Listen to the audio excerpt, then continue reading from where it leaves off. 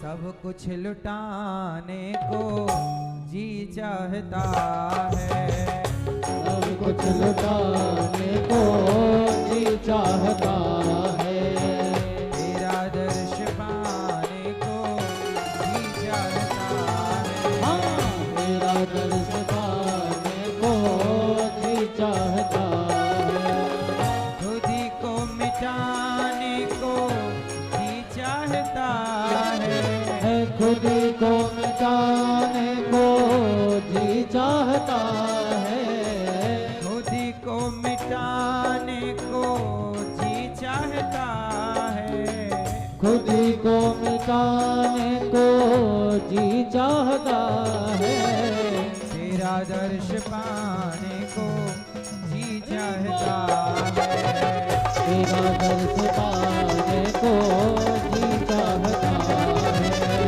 तेरा दर्श पाने को जी चाहता है, तेरा दर्श पाने को जी चाहता है, तेरा दर्श पाने को जी चाहता है, जी चाहता है, जी चाहता है, जी चाहता है।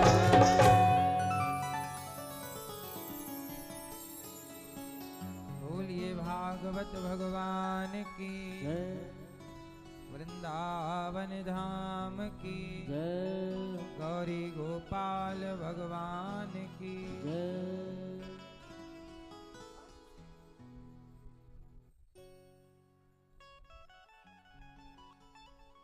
परम मंगलमय परात्पर अखिलेश्वर अखिल ब्रह्मांड नायक परात्पर भगवान श्री कृष्ण की वांगमयी प्रतिमूर्ति श्रीमद् भागवत महापुराण। दूर दूर से आई हमारी माताएं बहनें श्रोतागण भक्तगण साधना टीवी और श्रद्धा टीवी पर कथा का रसपान कर रहे सभी भक्तों को जय श्रीमन नारायण, जय श्री कृष्णा, राधे राधे। सबको जय गौरी गोपाल। कैसे हैं आप लोग?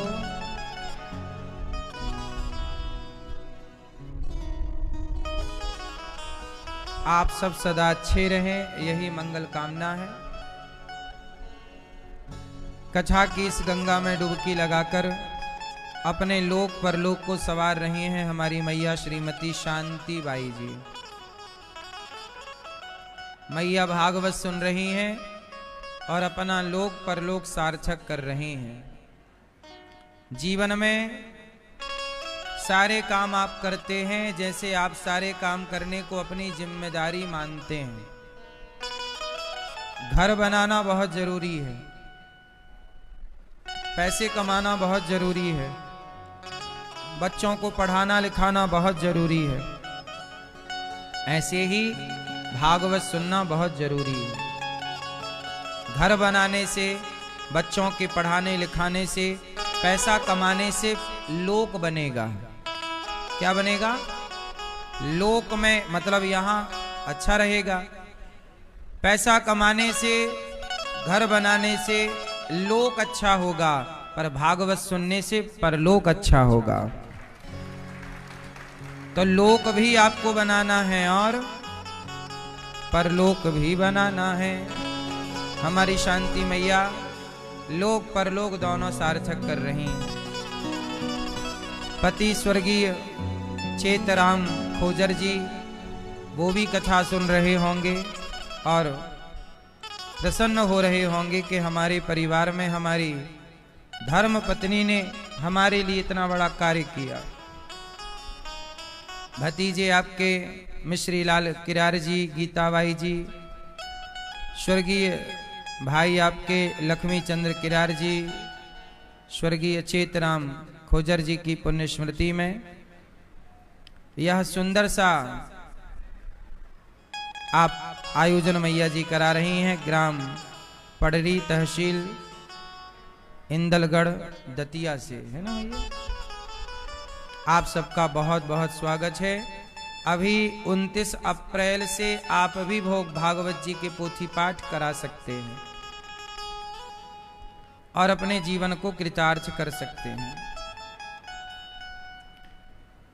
कल हम लोगों ने कथा सुनी कि भगवान विदुरानी के घर गए और क्या खाए? दुर्योधन की मेवा त्यागी, साग विदुर घर खाई। सबसे ऊंची प्रेम सगाई।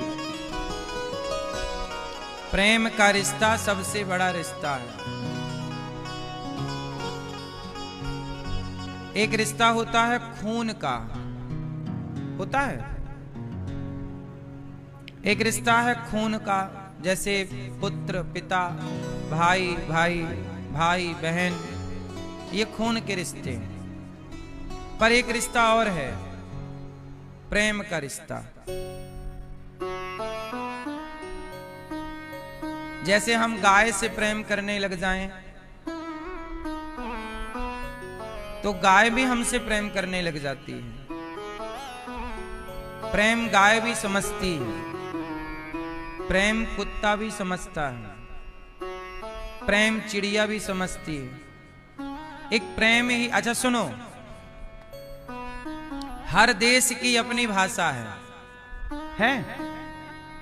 हर पशु पक्षी की अपनी भाषा है? हर जीव जंतु की अपनी भाषा है, पर एक प्रेम ही है जो सब जगह एक सा है। प्रेम की भाषा एक सी भाषा है कि नहीं? जैसे सबकी अपनी अपनी सामान्य भाषा है, पर इंटरनेशनल बिजनेस इंग्लिश भाषा में होता है। इंटरनेशनल बातें किस भाषा में है? इंग्लिश में है। ऐसे ही यहाँ की इंटरनेशनल भाषा वो इंग्लिश में कोऑर्डिनेट करते हैं, बातचीत करते हैं। लेकिन भगवान जब बात करते हैं किसी भक्त से या किसी जीव से, तो भगवान की अपनी जो भाषा है वो प्रेम की भाषा है। प्रेम से बातें होती, इसलिए भगवान और कुछ नहीं समझते, प्रेम समझते हैं। इसलिए भगवान क्या समझते हैं? जोर से। इसलिए कहा है, राम ही केवल प्रेम प्यारा, जान ले ये जो जान निहारा। इसलिए कहता हूं कि संसार के हर काम अपनी अपनी भाषा में करते रहो, पर भगवान के पास जाओ तो भाषा का बोध ना हो, प्रेम का बोध हो, प्रेम की भाषा हो, प्रेम की दौलत हो। अब देखो ना, शबरी राम को पा गई, किस भाषा का ज्ञान था शबरी को? बोलो। प्रेम से रिझाली, विदुरानी के घर गए। काकी बड़ी भूख लगी है। भगवान कृष्ण विदुरानी के घर गए, कहा काकी जी बड़ी भूख लगी है, कुछ है खाने को? काकी जी बोली साग पक रही है सूखी। अच्छा लाओ। सूखी साग लाई, भतुए की सूखी साग खाने लग गए भगवान। और खाते खाते कहा और भूख लगी है, और कुछ है? केला तोड़ कर ले आई। फल फेंकती गई, भाव में डूब गई। फल फेंकती गई और फल का छिलका कृष्ण को देती गई। और अभी थोड़ी देर पहले दुर्योधन ने भगवान को 56 भोग परोसे थे, सोने की थाली पर, सोने की कटोरियों में, बढ़िया 56 तरह का व्यंजन। कहा कि खाओ। कन्हैया ने कहा हम आपके घर नहीं खाएंगे। दुर्योधन के 56 भोग को त्याग देते हैं और विदुरानी के साग का, छिलकों का भोग लगाते हैं। कौन सी भाषा समझते हैं भगवान? दुर्योधन में प्रेम नहीं है और विदुरानी में क्या है? जोर से। हाँ, आपके पूजा में, आपके पाठ में, आपके जप में, आपके तप में यदि प्रेम नहीं है तो वह सब कुछ बेकार है। सही है? क्या नहीं है तो बेकार है। इसलिए जप में प्रेम हो, केवल औपचारिकता ना हो, फॉर्मेलिटी। तप में प्रेम हो, पूजा में प्रेम हो, पाठ में प्रेम हो, दर्शन भी कैसा हो? प्रेम का। दर्शन भी प्रेम से करो। इसलिए भगवान की भक्ति में मूल सिद्धांत है प्रेम। भगवान को जब भी देखो प्रेम से देखो। विदुरानी के भाव को भगवान ने स्वीकार किया और छिलकों का भोग लगाया। हाँ,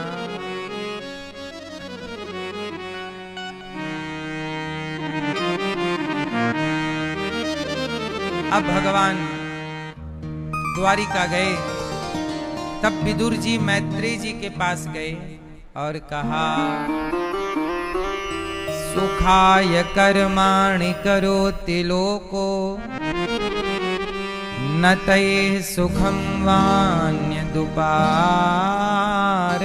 वा विन्देत भूयस्तत एव दुःखं यदत्र युक्तं भगवान वदेन्नः।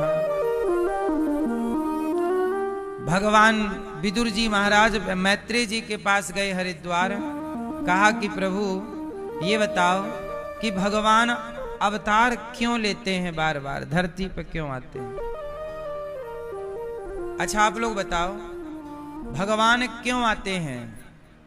कभी राम बनकर, कभी कृष्ण बनकर, कभी नरसिंह बनकर, कभी वामन बनकर, कभी मछली मत्स्य बनकर आए, कभी हयग्रीव बन करके, कभी दत्तात्रेय बन करके, कभी कछुआ बन करके, कभी मोहिनी बन करके, कभी यज्ञ नारायण बन करके, कभी कपिल बन करके। भगवान ने कितने अवतार लिए? 24। भगवान अवतार क्यों लेते हैं? प्रश्न ये है, क्यों अवतार लेते हैं भैया? आप बताओ क्यों? हाँ, धर्म की स्थापना के लिए भगवान अवतार लेते हैं। धर्म की स्थापना। अच्छा, धर्म की अभी वर्तमान में धर्म स्थापित है कि नहीं? उत्तर, धर्म स्थापित है कि नहीं? अभी कलिकाल में धर्म की स्थापना, अभी धर्म बेचारा डगमगा रहा है। धर्म कैसा है? डगमगा रहा है। जब ये धर्म बिल्कुल संकट में पड़ जाएगा, तब इस धर्म की रक्षा के लिए भगवान कल्कि अवतार लेंगे और धर्म को पुनः पुष्ट करेंगे। भगवान अवतार क्यों लेते हैं? राम क्यों बने? अच्छा, राम का अवतार क्यों हुआ? दादाजी बताओ, क्यों अवतार हुआ राम का?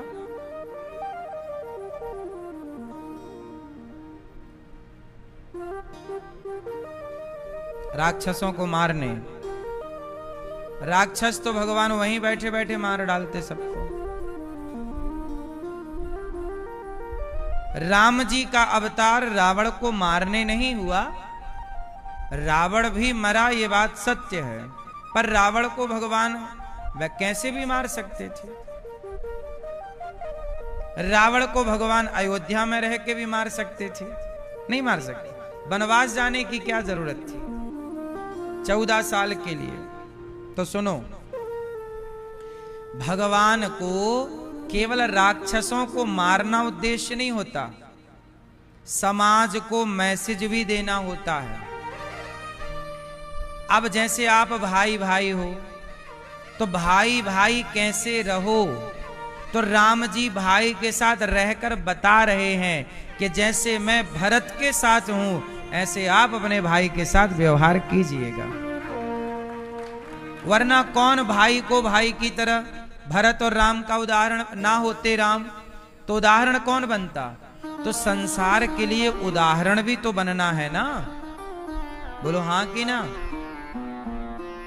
क्या बनना है? उदाहरण।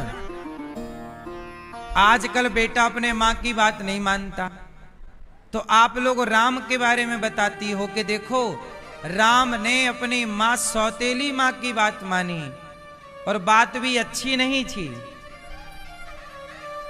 वनवास जाने की बात, लेकिन राम ने बात मानी।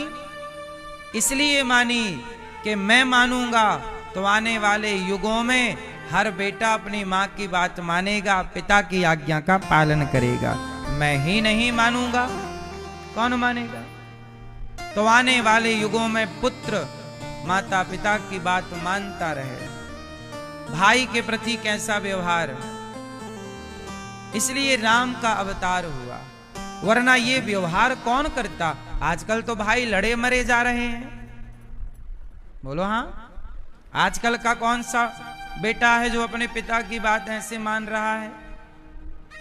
अच्छा ये बताओ, सब लोग ये तो कहते हैं कि श्रवण कुमार बनो, सब बाप ये कहता है मेरा बेटा श्रवण कुमार हो, मेरा बेटा राम हो, लेकिन राम जैसा बेटा हो तो दशरथ जैसा पिता भी चाहिए, बाप भी फिर निष्कपट हो। बाप ऐसा ना हो कि आजकल के पिता भी ऐसे होते हैं कि किसी एक बेटे से अधिक लगाव है, बाकी बेटों की तरफ ध्यान नहीं है। पिता का धर्म है सबको एक दृष्टि से देखना। दशरथ जी ने भरत और राम को अलग अलग नजर से नहीं देखा। जब कैकेयी ने कहा कि भरत को राजा बना दो, तो दशरथ जी ने कहा कोई बात नहीं, मेरे लिए तो राम राजा बने या भरत राजा बने एक ही बात है, मेरे लिए भरत और राम में कोई अंतर नहीं है। क्योंकि परंपरा ये रही है कि बड़ा पुत्र राजा बनेगा, तो मैंने राम का सोचा। क्योंकि इस खानदान की परंपरा रही कि बड़ा पुत्र राजा बनेगा, पर तुम्हारा मन है कि भरत राजा बने, तो मुझे कोई आपत्ति नहीं है। मुझे आपत्ति भरत के राजा बनने से नहीं है, आपत्ति राम के वनवास जाने से है। राम को वनवास क्यों भेज रही हो कैकेयी? अच्छा, कैकेयी ने वनवास इसलिए भेज दिया कि भरत राजा बनेगा और राम पास में रहेगा, तो कहीं पास में रह के प्रजा को भड़का के राम कहीं मेरे भरत का राज्य पुनः संकट में ना पड़ जाए, तो दूर चला जाएगा, तो 14 साल में भरत शासन करना सीख जाएगा, मंत्री संतरी को अपने पक्ष में ले आएगा, राम को कल बगावत कर भी देंगे, तो मेरे बेटे का कुछ ना बिगड़े। लंबी प्लानिंग से कैकेयी ने भरत को राजा बना लिया और राम को 14 साल के वनवास के लिए इसलिए भेजा ताकि 14 सालों में राम भरत मजबूत बन जाएगा, बहुमत प्राप्त कर लें, है ना। अभी तो मेरे कहने से राजा बन रहे हैं, लेकिन बहुमत तो प्रजा का भी तो दिल चाहिए ना। प्रजा स्वीकार ना करे तो राजा किस बात का। तो इस षड्यंत्र से पर राम जी या भरत जी, दशरथ जी का भेद नहीं था, भेद की दृष्टि कैकेयी की थी। इसलिए हम आपसे कह रहे हैं कि इस कली काल में हम जैसे लोगों को ये कौन बताता भाई कैसा, पिता कैसा, राजा कैसा हो। हमारे देश में आज से 100 साल पहले हर छोटे छोटे 10 गांव का एक राजा होता था, 50 गांव का एक राजा होता था, 100 गांव का एक राजा होता था, हर क्षेत्र में एक राजा पाया जाता था, है ना। उस जमाने में राजतंत्र था। तो राम जी राजा बने और आदर्श राजा बने, ताकि राजा लोग भी राम से सीखें कि राजा कैसा होना चाहिए। तो राजा बन के बताना पड़ेगा ना कि राजा ऐसे होना चाहिए। बोलो हाँ। इसलिए राम कैसे राजा बने? आदर्श राजा, है ना। राम के जमाने में राजा ही राजा लोग हुआ करते थे। अच्छा, राम ने उस जमाने के राजा ब्याह बहुत करते थे, 10 ब्याह 15 ब्याह शादियां।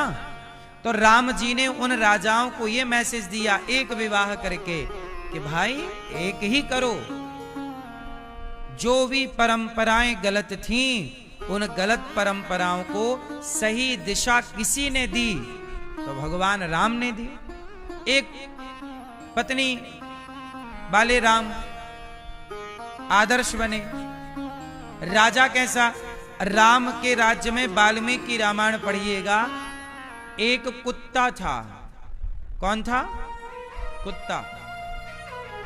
एक भिखारी जा रहा था, तो भिखारी को देख के कुत्ता भौं भौं भौं भौं करने लगा। तो भिखारी के पास डंडा था, तो उसने डंडे से मारा, तो उसकी टांग में लगा कुत्ते की, और कुत्ते की टांग टूट गई। तो लंगड़ाता हुआ कुत्ता राम के पास पहुंचा। कौन पहुंचा राम के पास? कुत्ता। और कुत्ता बोला कि राम, मुझे न्याय चाहिए। राम ने कहा क्या हो गया? बोले मैं भौंक रहा था, इसने मुझे डंडा मार दिया, मेरी टांग टूट गई। राम जी ने भिखारी को बुलाया। क्यों भाई, कुत्ते को क्यों मारा? अरे महाराज, हमें देख के भौंक रहा था, हमें देख के भौंक रहा था। तो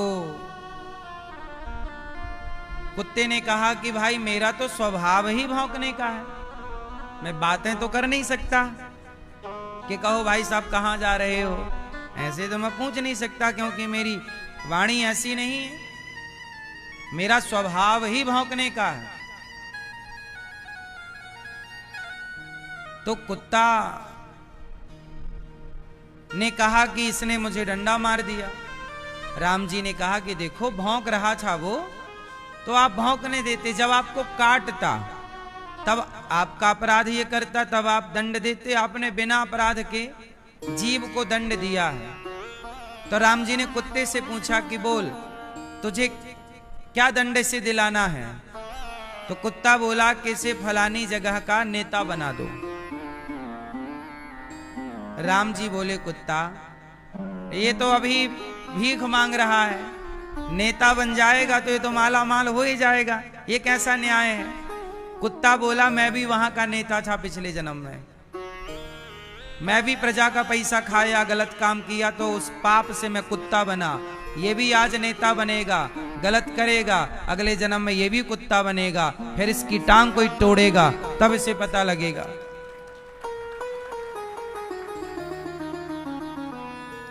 तो ये कहने का अर्थ है कि राम के राज्य में कुत्ते को भी न्याय मिलता था। ये पूरी कथा से ये समझो, राम ऐसे राजा थे कि राजा के दरबार में सबको जोर से न्याय मिलता था। अब आज का राजतंत्र देख लो, लोकतंत्र देख लो, आज गाय को तक न्याय नहीं मिल रहा है, कुत्तों को गलियों से उठवा के लोग मार रहे हैं। ना कुत्ते को न्याय है आज, ना तो आज गाय बूचड़ खाने में कट रही है, ना गाय को न्याय। गाय कुत्ते की तो छोड़ दो, इंसानों को न्याय नहीं मिल रहा है। तो आज राम इसलिए आदर्श बने और राजा बन के बताए कि भाई साहब प्रजा के साथ गलत ना हो। ये हर राजा के लिए है, हर मुख्यमंत्री के लिए, हर प्रधानमंत्री के लिए, हर जज के लिए है ये। राम किसके आदर्श हैं? जजों के। राम राजा के आदर्श हैं।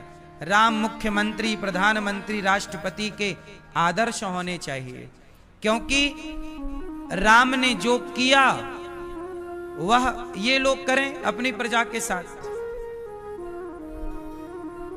तब देश में खुशहाली होगी।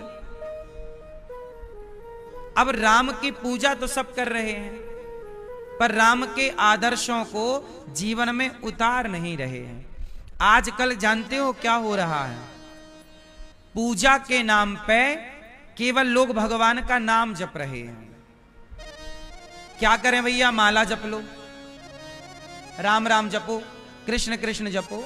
अरे राम राम कृष्ण कृष्ण जपना सही है, परंतु राम राम जपना और राम के मार्ग पर चलना।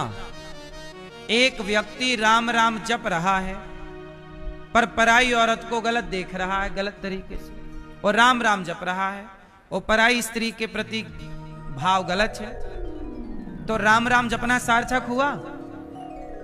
उत्तर दो। हम कहते हैं राम राम कम जपो, पर राम ने जीवन में जो आदर्श स्थापित किया है, राम के रास्ते पर चलो, राम के चरित्र को जीवन में उतारो, तब ना जीवन में परिणाम आएगा। अब आज के लोग ना अब कृष्ण कृष्ण जपते हैं। हम जपने से मना नहीं कर रहे हैं, जपो, पर कृष्ण ने अर्जुन को क्या कहा? गीता में जो कहा, गीता क्या है? अर्जुन कह रहे हैं मैं युद्ध नहीं लड़ूंगा, मैं भाग जाऊंगा। जो व्यक्ति अपने कर्तव्य से भाग रहा है, उस भागते हुए अर्जुन को कर्तव्य से जोड़ा कि नहीं भगवान कृष्ण ने? आज के नौजवान लड़के भी तो अपने कर्तव्यों से भाग रहे हैं, आज का समाज भी तो भाग रहा है। क्या इस भागते हुए समाज को गीता नहीं पढ़नी चाहिए? क्या गीता का उपदेश जीवन में नहीं उतारना चाहिए? पर गीता के रास्ते पर नहीं चलेंगे, कृष्ण कृष्ण जपेंगे, कृष्ण कृष्ण कृष्ण, राधा राधा, और जो कृष्ण कह रहे हैं वो नहीं मान रहे हैं। कृष्ण कृष्ण जपते हो, इससे बहुत अच्छा ये होगा कि कृष्ण ने जो कहा है उसे आदर्श मानकर उस रास्ते पर चला जाए, तब जीवन में बदलाव होगा। तब जीवन में क्या होगा? ये दास अनिरुद्ध, अब आप मुझे देखिए, ये दास अनिरुद्ध को, मैं भगवान का नाम कम जपता हूं, भगवान ने जो आज्ञा की है मैं उस आज्ञा को मानकर चल रहा हूं। अब जैसे उदाहरण से समझो, हमारे वेद की आज्ञा, हमारे वेद कहते हैं मातृदेवो भव। हमारे वेद क्या कहते हैं? जोर से, हमारे वेद कहते हैं मातृदेव, मां का सम्मान भगवान की तरह करो। राम ने मां की बात मानी। कृष्ण की कितनी मां थी? यशोदा और देवकी। जब कृष्ण की बहुत मां थी, राम की 3 मां, कौशल्या, कैकई, सुमित्रा, और राम ने मां की बात मानी, मां की सेवा भगवान ने की। और वेद भी कह रहे हैं मां की सेवा करो। इसलिए ये दास जो भगवान कह रहे हैं और जो कर रहे हैं, वही ये दास किया, माताओं की सेवा स्टार्ट कर दिया। आज गौरी गोपाल में 315 माएं हैं। उन माओं के लिए हम कमाते हैं, उनकी दवाई कराते हैं, उनके भोजन की व्यवस्था करते हैं। अब आप ही बताओ कि मैं सब काम छोड़ के माला जपूं कि ये काम करूं? आप बताओ, माला जपूं कि काम करूं? अरे माला जपते हुए भगवान के रास्ते पर क्यों नहीं चला जा सकता? नाम जपना सार्थक कब होगा? जब भगवान के वचनों पर चलोगे, तब ना नाम भी भाव से निकलेगा।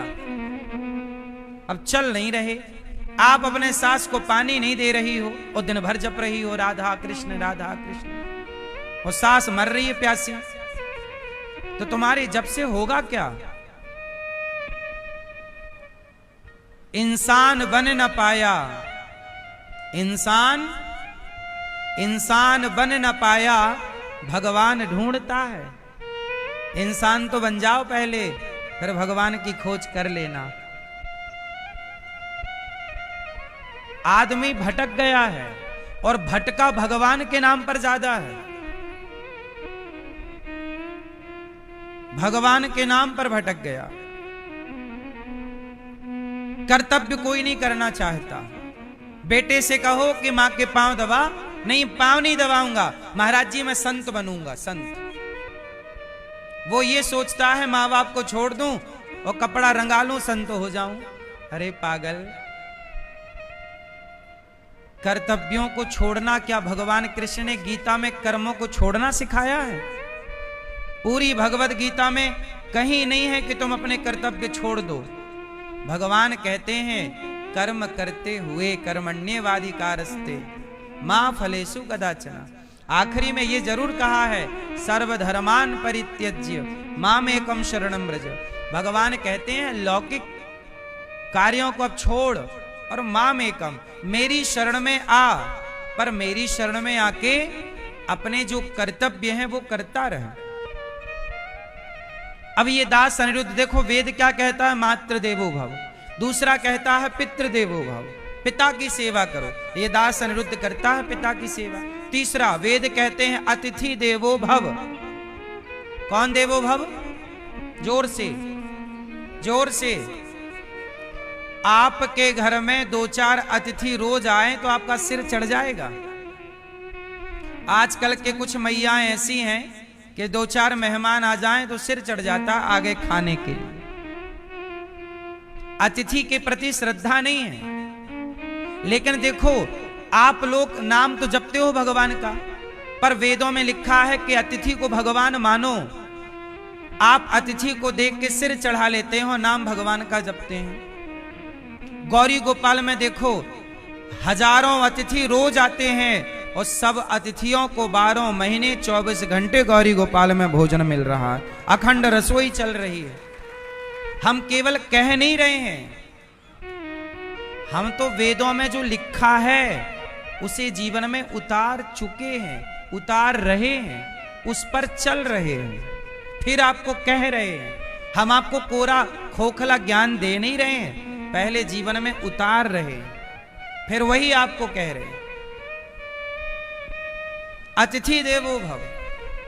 अब बताओ, गौरी गोपाल में हजारों लोगों को भोजन मिलता है कि नहीं? आप सबने प्रसादी, किस किस ने प्रसादी गौरी गोपाल जी में ग्रहण की? कोई पैसा लगा? निःशुल्क मिला। अब सोचो, हजारों लोग भरपेट, 25 से 30 हजार लोग पर डे भोजन करते हैं, निःशुल्क करते हैं। आप सब सहयोग करते हैं। मैं आपसे प्रार्थना करूंगा कि आप भी एक दिन की रसोई बंटवाएं। हजारों संत आते हैं, भोजन करते हैं, आप भी सेवाओं से जुड़ें। और मैं शास्त्रों में लिखी बातें जीवन में उतार रहा हूं। मातृदेवो भव, पितृदेवो भव, अतिथि देवो भव, आचार्य देवो भव। गुरुजनों का स्मरण,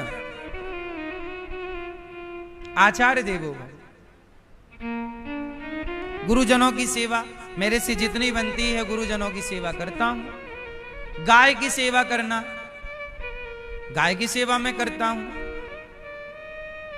किसी का भला करना, सेवा करना। अभी 25 अप्रैल को यहां 21 बेटियों का विवाह है, गरीब बेटियों का। पैसे कमाना गलत नहीं है, पैसे कमाओ, कमाते हुए, काम करते हुए भगवान का नाम जपते रहो और भगवान के बताए रास्ते पर चलते रहो। ठीक है?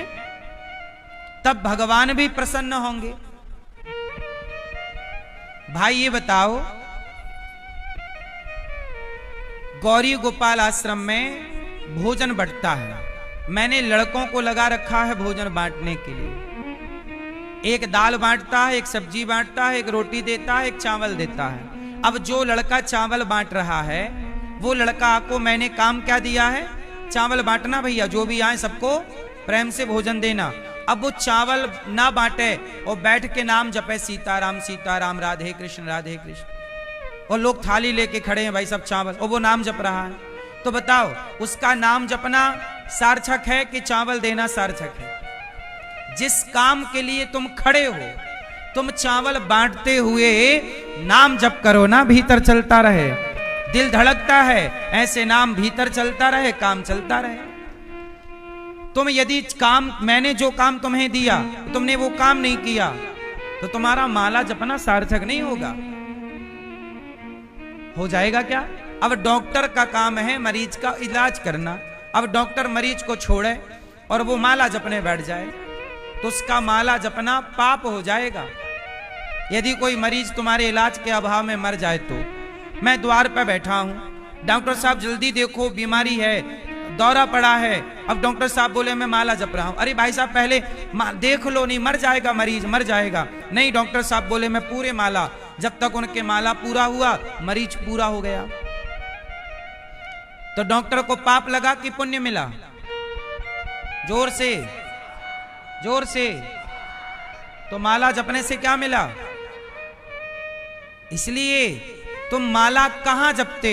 तुम मरीज को भर्ती करते, मरीज को देखते, मरीज में ही अपने परमात्मा का दर्शन करते कि ये मरीज नहीं है, मरीज के रूप में, हर रूप में भगवान का दर्शन। पता नहीं किस रूप में आकर नारायण मिल जाएंगे। हर जीव की सेवा भगवान की सेवा है। मैं आपकी सेवा करूं तो भगवान मानकर करो, यही मेरी भक्ति है। मैं आपको क्या मानकर सेवा करूं? नामदेव जी ने कुत्ते में भगवान का दर्शन किया था। किसमें? कुत्ते में। और श्रीनाथ जी ने, एकनाथ जी ने गधे में भगवान का दर्शन किया था। भगवान, आजकल लोगों ने भक्ति का मतलब ही मनमाने तरीके से कर लिया है। भक्ति के नाम पर केवल आज व्यक्ति अकर्मण्य हो रहा है। क्या हो रहा है? अकर्मण्य। कुछ काम नहीं करेंगे, बैठे बैठे माला जपेंगे। कहो पति की सेवा नहीं, पति की सेवा नहीं करेंगे, नाम जपेंगे बस। सास की सेवा कर लो, नहीं करेंगे, माला जपेंगे। ससुर की सेवा कर लो, नहीं करेंगे, माला जपेंगे। ये अपने कर्तव्यों से भागना है। जो जिम्मेदारी मेरी है, यदि आप पत्नी हैं तो पत्नी के सारे कर्तव्य पूरे करिए और काम करते हुए भगवान का नाम। दिल जैसे धड़क रहा है, हर धड़कन में भगवान का नाम। आप पति हो, पति के सारे कर्तव्य करो पर नाम भगवान का भीतर चलता रहे। आप पिता हो तो पिता के सारे कर्तव्य पूरे करो। आप राजा हो, प्रजा हो, जो हो, अपने कर्तव्य पूरे। ये दास अनिरुद्ध, मुझे जो जो काम दिया गया है ईश्वर के द्वारा, भगवान ने मुझे काम दिया है वृद्ध माओं की सेवा का, गौ माता की सेवा का, संतों की सेवा का, गुरुकुल में विद्यार्थियों को पढ़ाना लिखाना, अखंड रसोई की सेवा। सारे काम करता हूं मैं और सारे काम मेरे जो हैं आप देख लो, सारे काम परफेक्ट हैं। किसी काम में मैं लापरवाही नहीं करता और अपने काम को ही पूजा की तरह अपने काम को करता हूं। मेरा कार्य ही मेरी पूजा। अब आप लोग काम को बलाह टाड़ते हैं और पूजा को फिर फूल माला चढ़ा के समझते हैं पूजा हो गई। भगवान के मुंह पे जाएगी मैया तो मिठाई चिपका के आ जाएगी शेर के मुंह पे। शंकर जी के मंदिर जाएगी मैया तो नंदी के मुंह पे मिठाई चिपका। लोग आजकल जाते हैं मिठाई चिपका के आ जाए, उनको लगता हो गई पूजा। पूजा का मतलब पाखंड नहीं। पूजा का मतलब पाखंड नहीं है। पूजा साइंटिफिक है। हमारे धर्म ने, हमारे सनातन ने ये नहीं कहा कि आप अपना काम धाम छोड़ दो, नहीं। कर्तव्य सबके लिए। काम छोड़ना है तो सन्यासी बन जाओ। केवल एक व्यक्ति काम छोड़ सकता है, सन्यासी। सन्यासी का कोई काम नहीं है। उसने अपना पिंडदान कर दिया। केवल एक है सन्यासी जिसने अपना, जोर से, अपना पिंडदान कर दिया। अब वो दिन भर भगवान का नाम जपे। और आप गृहस्थ में हो तो गृहस्थ में रह के आपको गृहस्थ के कर्तव्य करते हुए भगवान नाम जपना है। ठीक है मेरी मां, तो भगवान का अवतार क्यों हुआ? ताकि समाज भटके ना। किससे ना भटके? अपने कर्तव्य से। किससे ना भटके? जोर से बोलो, अपने कर्तव्य मार्ग पर चलना है। भगवान राम भी कर्तव्य किए कि नहीं? 14 साल वनवास। राम तो भगवान है, लेकिन राम ने भी युद्ध किया रावण से। बोलो हां। फिर अब बताओ, हनुमान जी जैसा भक्त कौन होगा? लेकिन हनुमान जी ने भी युद्ध किए, लड़ाई भी करनी पड़ती है। ये कर्तव्य है। देश के लिए लड़ना पड़े तो लड़ना भी कर्तव्य है। झांसी की रानी लड़ी। झांसी की रानी लड़ी। और आप लोग कॉकरोच से भागती हो और जपती माला हो और कॉकरोच से डर लगता है।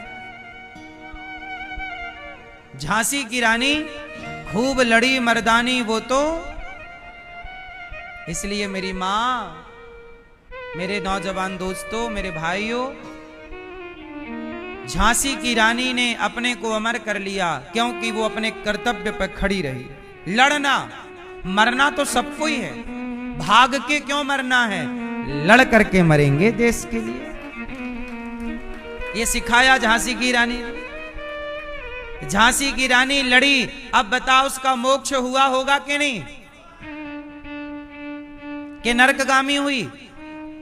फिर आप जो कर्तव्य ईमानदारी से करते हैं वह कर्तव्य ही आपको मोक्ष दिलाएगा। वीरांगना है। राष्ट्र के लिए लड़ना, देश के लिए शहादत दे देना, ये भी तो भक्ति है। बोलो हां। इसलिए मेरी मां, हमारी जो सेना बारिश में, धूप में, सर्दी में डटी है, राष्ट्र की सेवा कर रही है, छाती पर गोली खाने को तैयार, ऐसे सैनिक जो राष्ट्र के लिए समर्पित हैं, क्या उन्हें किसी भक्ति की जरूरत है? उनकी एक ही भक्ति है, राष्ट्र भक्ति। उनकी एक ही भक्ति है। कौन सी भक्ति? वही भक्ति उन्हें मोक्ष दिलाएगी। इसलिए जहां तुम डॉक्टर हो, ईमानदारी से मरीज की भगवान मानकर सेवा करो। तुम्हें वही इलाज से तुम्हारी मुक्ति और मोक्ष प्राप्त होगा। वही तुम्हारी भक्ति, वह कर्तव्य ही तुम्हारी भक्ति है। तुम वैज्ञानिक हो तो देश के लिए सही सही टेक्नोलॉजी को विकसित करो, अच्छे काम करो, वही आपकी भक्ति है। आप इंजीनियर हो, ऐसा पुल बनाओ, ऐसी सड़कें बनाओ कि 100 साल तक ना बिगाड़ी बिगड़े, यही तुम्हारी भक्ति। अब इंजीनियर, डॉक्टर है, इंजीनियर है, लेकिन सड़कें बना रहे हैं 5 साल के लिए, भ्रष्टाचार है। वो माला जप रहे हैं दिन भर, हम माला जपेंगे सीताराम सीताराम राधे कृष्ण। वो सड़कें बनी, एक बारिश आई बह गई, फुर्र, वो माला जप रहे हैं। इंजीनियर हो तो राष्ट्र के लिए जब काम करने का मौका मिले, भारत की सड़कें इंजीनियर ही तो डिजाइन करता होगा।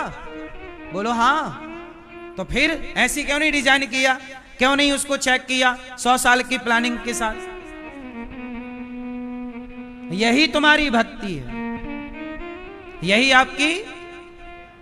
चलो सच बताओ, राष्ट्र की इस तरह से सेवा करना ये भक्ति नहीं है? पुल बनाओ ऐसे कि 100 साल चले, अब 4 साल में डैमेज हो गया, 1000 करोड़ रुपया बर्बाद हो गया।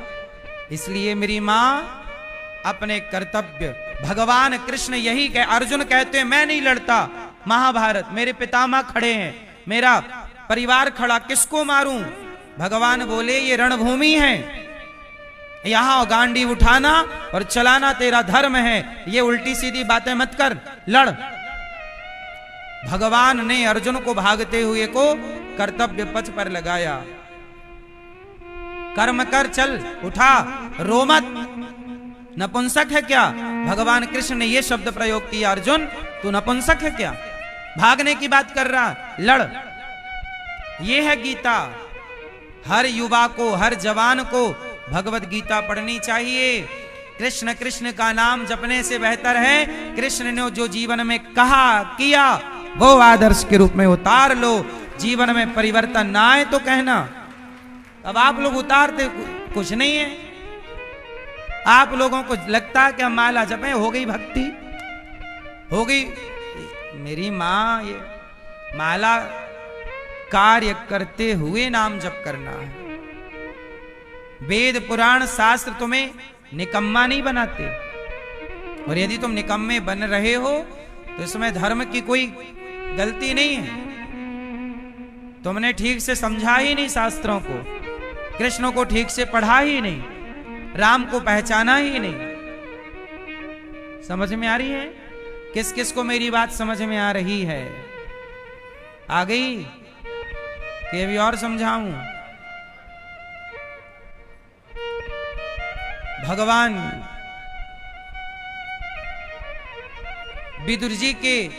विदुर जी ने कहा कि भगवान अवतार क्यों लेते हैं, तो मैंने आपको कारण इतना सारा मैंने जो आपको समझाया वो इस प्रश्न का उत्तर था कि भगवान अवतार क्यों लेते हैं। अवतार इसलिए लेते हैं कि हमें रास्ता मिल सके जीने का, हमें हमारा गोल मिल सके, हमें हमारा लक्ष्य मिल सके, इसलिए भगवान अवतार लेते हैं।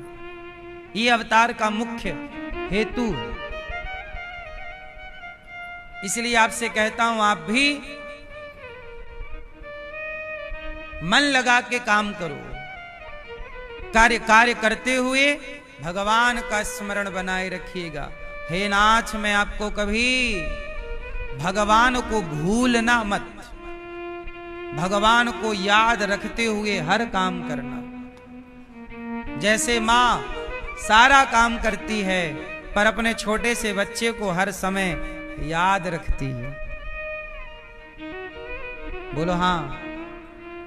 ऐसे ही हर समय प्रभु का स्मरण बना है और फिर कार्य कर रहे हैं, फिर उस काम में आनंद भी आएगा। इसलिए कहता हूं जीवन में अच्छे कार्य करो।